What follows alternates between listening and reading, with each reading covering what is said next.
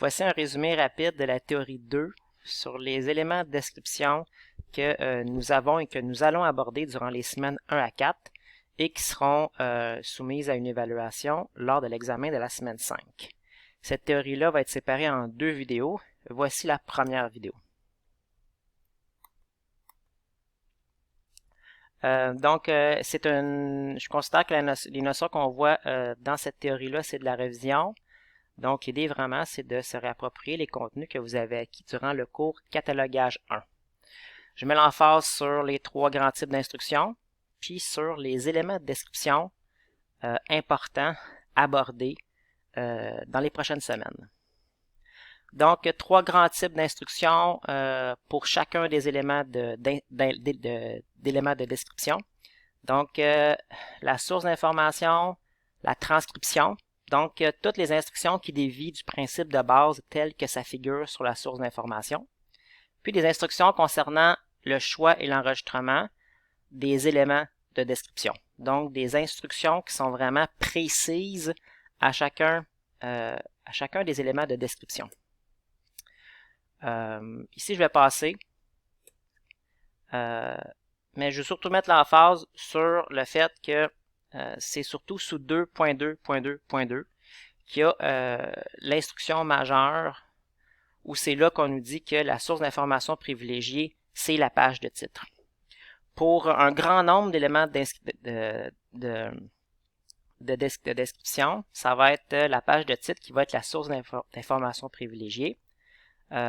Puis ça veut dire que on respecte la 2.2.2.2.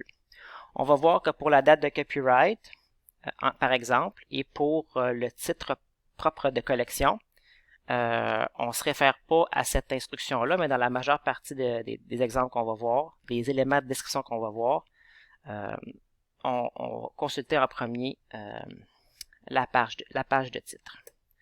Pour ce qui est de la transcription, ça va être sous les sous-chapitres 1.7, 1.8. 1.7, c'est pour les particularités de transcription de texte, et 1.8, c'est pour les chiffres qui sont exprimés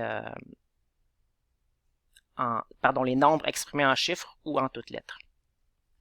Pour ce qui est de 1.7, on a souvent vu pour le traitement des majuscules, on a souvent vu la ponctuation. Ça va être pas mal les deux principaux types d'enjeux de ponctuation qu'on va voir, mais il pourrait en avoir d'autres. Donc, les éléments de description qu'on va voir, ça va être principalement l'identifiant ou les identifiants, point d'accès aux personnes ainsi que leur rôle, titre et mention de responsabilité, mention d'édition, mention de publication, description matérielle et mention de collection. Pour ce qui est de l'identifiant de manifestation, c'est une chaîne de caractères représentée souvent par des chiffres. On va s'intéresser surtout à l'identifiant de type ISBN. La source d'information, c'est n'importe quelle source. On va enregistrer l'ISBN tel qu'il apparaît dans la source d'information en prenant soin de rajouter le type d'identifiant. On va voir des cas de figure qu'il y a plus qu'un identifiant. Dans ce cas-là, c'est important de se référer à l'instruction de BAC-BANQ où on nous dit grosso modo d'enregistrer tout l'ISBN et de préciser le format du document ou le type de support électronique de l'ISBN associé au document, entre parenthèses, comme l'exemple de la diapositive. Le point d'accès aux personnes et rôles, c'est un gros morceau de la théorie. C'est un gros morceau parce que il y a plusieurs instructions qui sont rattachées à l'enregistrement de ce point d'accès-là. Donc, si on le visualise, le plus souvent, ça va prendre la forme d'un nom de famille, virgule, prénom, virgule, avec ou sans date de naissance, parfois une date de décès, suivi d'un terme contrôlé qui va définir, dans le fond, le rôle de la personne par rapport au document. Plusieurs questions qu'il faut se poser par rapport à l'enregistrement des points d'accès. Une question qu'il faut se poser qui est importante, c'est de quelle façon qu'on enregistre le nom. vous savez, on va enregistrer le nom dans la mention de responsabilité. Dans la mention de responsabilité, on va l'enregistrer comme ça apparaît sa source d'information. Pour ce qui est du point d'accès, c'est souvent un peu la même façon de l'enregistrer dans la mention de responsabilité, mais c'est pas toujours le cas. Donc, je donne un exemple ici, surtout lorsque une même personne se nomme différemment. Donc, ça pourrait arriver que sur la source d'information, c'est Jean-P. Morin, mais qu'en point d'accès, on enregistre Jean-Pierre Morin. Parce que c'est sous ce nom-là que la personne est couramment connue. On pourrait aussi faire face à un pseudonyme, pas un pseudonyme, mais une personne qui s'identifie via un pseudonyme. Puis, si cette personne-là utilise toujours son pseudonyme pour se représenter, s'il est connu seulement sous ce pseudonyme-là, on va l'utiliser comme non privilégié dans le point d'accès. Ici, c'est l'instruction dans le fond qui nous dit qu'on enregistre un nom de famille, prénom, qu'on sépare les deux d'une virgule. Donc, c'est juste pour vous préciser l'instruction, mentionner l'instruction qui nous dit qu'on enregistre nom de famille suivi du prénom. Pour ce qui est de la date de naissance, je suis à 9.19. 9.19, c'est là où se trouvent les instructions par rapport au point d'accès. Et on va nous référer à 9.3 pour si on veut, pour des précisions sur l'enregistrement de la date de naissance. Mais je vous dirais qu'on a on a beaucoup d'informations, on a assez d'informations sur 9.19 pour nous guider sur la façon d'enregistrer la date de naissance. J'ai déjà mentionné à plusieurs reprises, a priori, là, je veux dire, la raison d'être de l'enregistrement des dates de naissance, c'était pour permettre de distinguer deux personnes qui ont le même nom. Mais ce que nous dit BANQ, c'est qu'on va inclure une date de naissance si on le peut. Donc, même si ça ne permet pas de distinguer deux personnes qui auraient le même nom. Donc, on fait une petite recherche sur Internet, puis si on trouve la date de naissance, on l'enregistre. Si on trouve rien rapidement, on l'enregistre pas. Je vous précise aussi les instructions qui nous parlent du trait d'union, ainsi que de la date de décès. Bon, créer ou ne pas créer un point d'accès. Premièrement, au nom des personnes, pardon. Premièrement, il faut distinguer les créateurs des contributeurs. Les créateurs, dans les cas de figure qu'on va voir au début de la session, ça va être principalement des auteurs, donc des écrivains.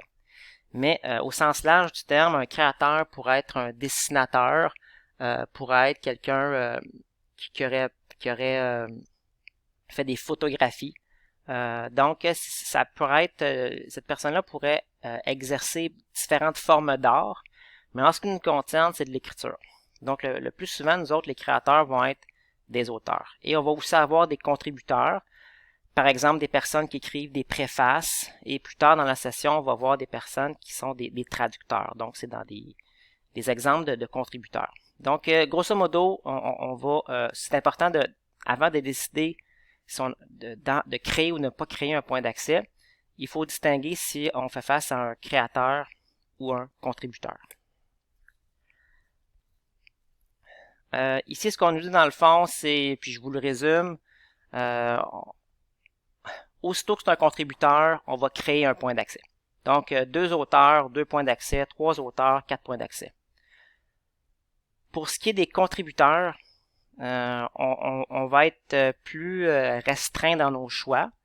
Donc, BAC-BANQ, ce qu'il nous mentionne, c'est qu'on va se limiter aux éditeurs intellectuels, aux traducteurs, aux illustrateurs et aux arrangeurs. Puis là, il nous précise la mention et le jugement du catalogueur pour le reste. Et je vais modifier la politique locale parce que je vois que j'ai pas modifié la politique locale pour nos exemples. Comme par exemple, en laboratoire, on va avoir des personnes qui ont écrit une préface. Donc, on va les rajouter, on va les enregistrer. On est sur 19.2 pour les créateurs et 20.2 pour les contributeurs. Bien important, l'annexe I. L'annexe I, c'est là qu'on va retrouver tous les termes contrôlés pour nommer le rôle des créateurs et des contributeurs. I.2, c'est pour créateurs et I.3, c'est pour les contributeurs. C'est une liste de termes contrôlés qui est uniquement au masculin. Donc, le créateur ou le contributeur va avoir minimalement un rôle. De façon générale, ce qu'on nous dit d'enregistrer, c'est le terme plus général. Si je prends l'exemple d'un contributeur, on va voir qu'à l'annexe I.3, un préfacier, c'est un terme spécifique par rapport à auteur de contenu supplémentaire. Donc, on va privilégier le terme plus général, soit auteur de contenu supplémentaire à préfacier, pour respecter l'instruction de BAC-BANQ. En vous rappelant qu'on va toujours prioriser l'adoption des énoncés de politique de BAC-BANQ dans nos enregistrements, dans nos éléments de description, dans ce cours-ci.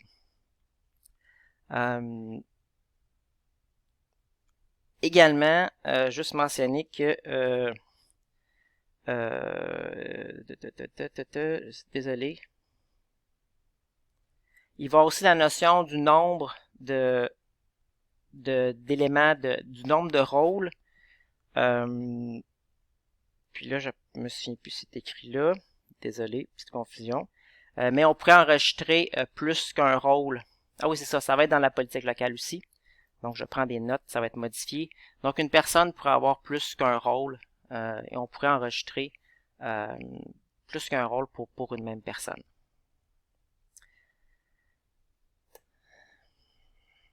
Titre propre et complément du titre.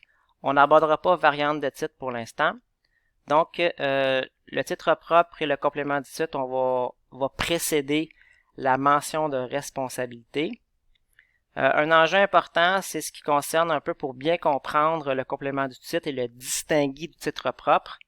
Donc, il faut comprendre que le complément du titre, il est subordonné. Ça peut être un sous-titre ou des informations sur la nature du document et ou les raisons de sa publication. Donc, juste faire attention, des fois, il y a de l'information sur le titre, il est écrit dans 2 polices de caractères différentes, mais ça peut être seulement qu'un titre propre, donc il faut faire attention à ça. Ici, justement, on a un exemple. On a exploré Cancun et la rivière Amaya. On peut penser que peut-être que et la rivière Amaya, c'est un complément du titre, mais c'est pas le cas. En soi, explorer Cancun et la rivière Amaya, ça se trouve être un titre propre. Ici, dans l'enregistrement, il n'y a pas de complément du titre. Peut-être que on aurait pu avoir le meilleur pour vos découvertes comme complément du titre, mais ici, ça n'a pas été enregistré. Dans l'affichage qu'on voit là, juste mentionner qu'ici, qu'il faut juste faire attention, on n'a pas la page de titre, mais la page couverture, qui n'est pas la source d'information privilégiée, et l'information qu'il y a sur la page couverture pourrait différer de celle qu'il y a sur la page de titre. On a un bon exemple aussi pour le traitement des enjeux des majuscules. La première lettre sur la source d'information n'a pas de majuscule, le E de explorer.